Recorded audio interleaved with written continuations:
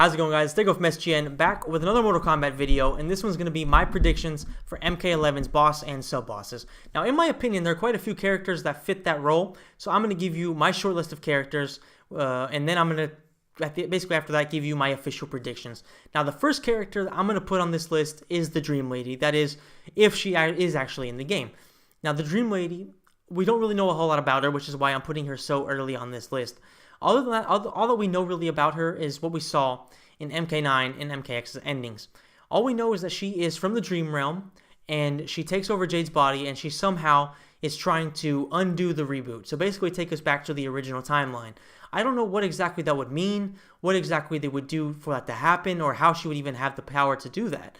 All I know is it's very interesting, it's very intriguing, and I would be kind of disappointed if she doesn't at least have a role in the game. I'm not saying she's going to be a sub-boss or a main boss, but at least have a role. So I think she has potential, but not knowing what exactly she is, what she looks like, or anything really about her, I think she's the least likely of this list. Next up, we have a combination. That is Liu Kang plus Kitana. In MKX, we saw those two taking over the mantle of the rulers of Earth, of the Netherrealm, with Quan Chi and Shinnok out of the picture. So with nobody really able to confront them, or basically even having remote power or interest probably of taking over their spot as the rulers, I think they're going to probably try to do something in terms of taking, or at least getting revenge on Raiden from Liu Kang's part, because we have seen that he does still blame Raiden. Now, we don't know what exactly having Quan Chi dead means to the Revenants. That might have like an impact, maybe having them have more personality, maybe having more of their old traits come back to them, but presumably probably not. They're just going to remain Revenants and try to, I don't know, just take over. I guess. We don't really know, but in my opinion, they're going to have a pretty important role. Are they going to be sub-boss material? Probably not. Definitely not boss material. But I would definitely like to see them be much like Noob and Smoke were in Mortal Kombat Deception. Sort of like be like a tag team type of thing and see what they can do there. And I would be really, really happy to see that, because it would mean that tag team could potentially be a full-fledged mode in MK11, which is something that I've been campaigning for and a lot of people have been campaigning for, which was sorely missed in my opinion in MKX. Now, moving on from them, we go to another combination of characters that I think would be really, really awesome to see, which is Shang Tsung forming a deadly alliance with Havik. Now, you might be thinking, why Havik? Well, because Havik, in my opinion, is by far the coolest 3D era character, and honestly, I like the fact that he's neutral. So, you might be thinking, aligning yourself with Shang Tsung is kind of evil, right? But not necessarily for Havik, because he doesn't really give a damn what happens between good or evil. All he cares about is creating chaos. And aligning himself with Shang Tsung is pretty much guaranteed chaos, because he could potentially go down to try to take over the Netherrealm. He could potentially try to go over and take down Earthrealm, or maybe him and Shang Tsung go over, do those things, and maybe Shang Tsung promises to go and try to just wreak havoc over in the Order Realm as well. We don't really know, but I think that would be an awesome combination, and two characters I would really like to see be teammates and really see what they can do there in terms of a combination. And another way that Shang Tsung could possibly come back, because I have two of these listed, is yes with Havik, but possibly even by himself. What he could possibly do is absorb Ermac, somehow revive himself, absorb Ermac, which means he would basically be absorbing not just the thousands of souls that are contained inside of Ermac's body, but also absorbing Shao Kahn's, which would make him an amazingly powerful character. One of the most powerful characters of all time in Mortal Kombat, and possibly even rivaling Onaga. Now, maybe not as strong as Onaga, maybe not stronger, but definitely able to give him a run for his money. And that would be really awesome to see, because Shang Tsung is a badass character, a fan favorite, has always been very important since MK1, and for him to come back in such style and have such an impact on the storyline, in my opinion, would be very, very awesome. Now, the next character on this list is Raiden. Now, I don't really buy Raiden as a main boss, just because we've seen him in so many games. We've actually played as him in so many games, and he's been very vulnerable throughout those games. So I don't really buy him as the main boss. What I do buy him as is a sub-boss, because Dark Raiden is getting even darker in this timeline, and with the fact that he's going to, presumably based on the endings we saw in MKX, he's going to try to invade Outworld, possibly even fail, which means possibly even lose, which would make him a prime candidate as a sub-boss. Now, there's been people theorizing that he might even die, because like this might be a trilogy, MK9, MKX, MK11 as a trilogy, and at the end of that trilogy, Raiden dies. I don't know how much I believe that, but I like the idea of it, and I would like to see Fujin take his place, first of all. But, you know, I do think that Raiden has the characteristics of a sub-boss.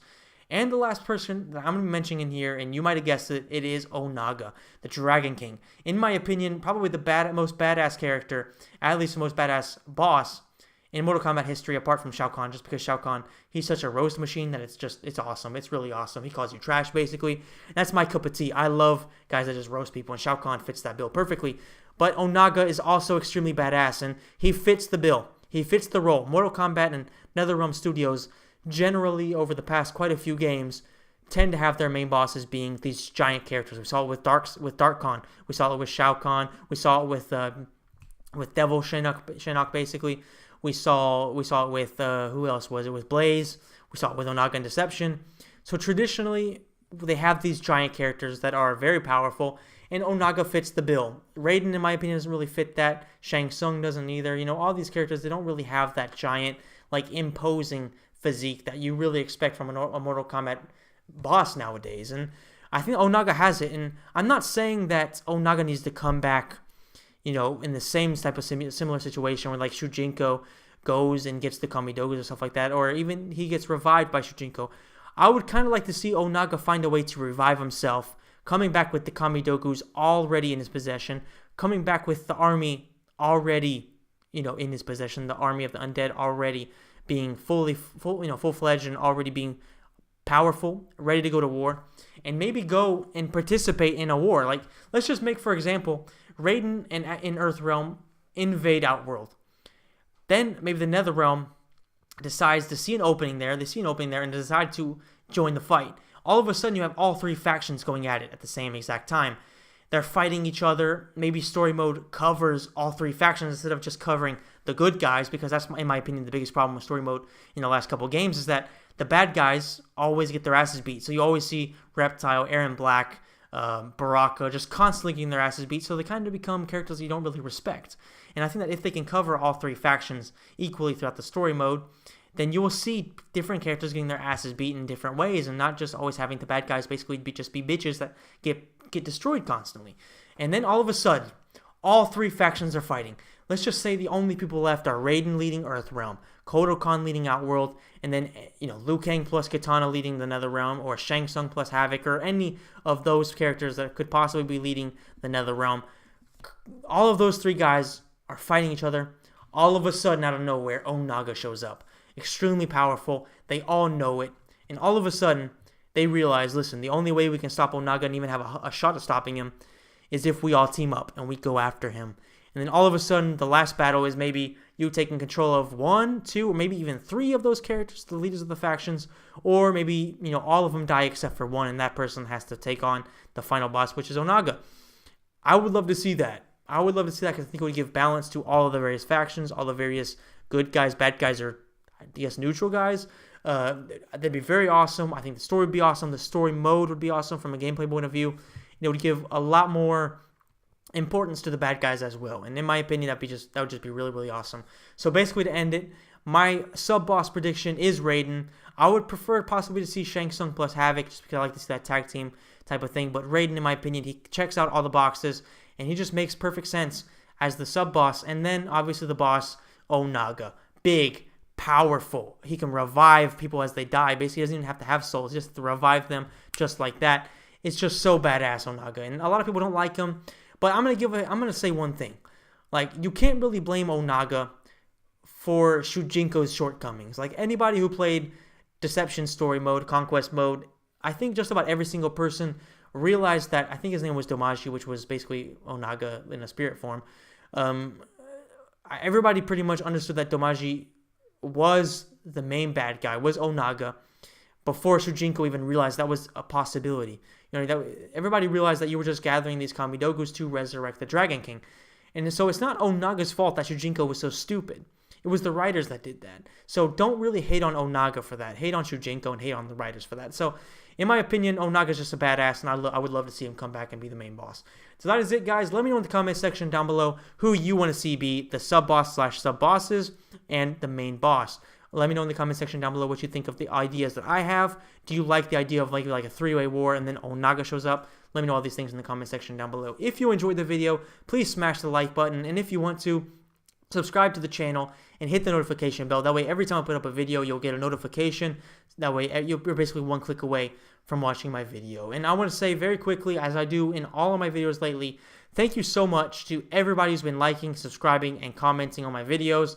It's very, very helpful, and you know, it's been a pretty big boom for my channel, obviously in my very small way. You see these channels that all of a sudden have hundreds of thousands of subscribers and stuff like that. I've only had a small amount.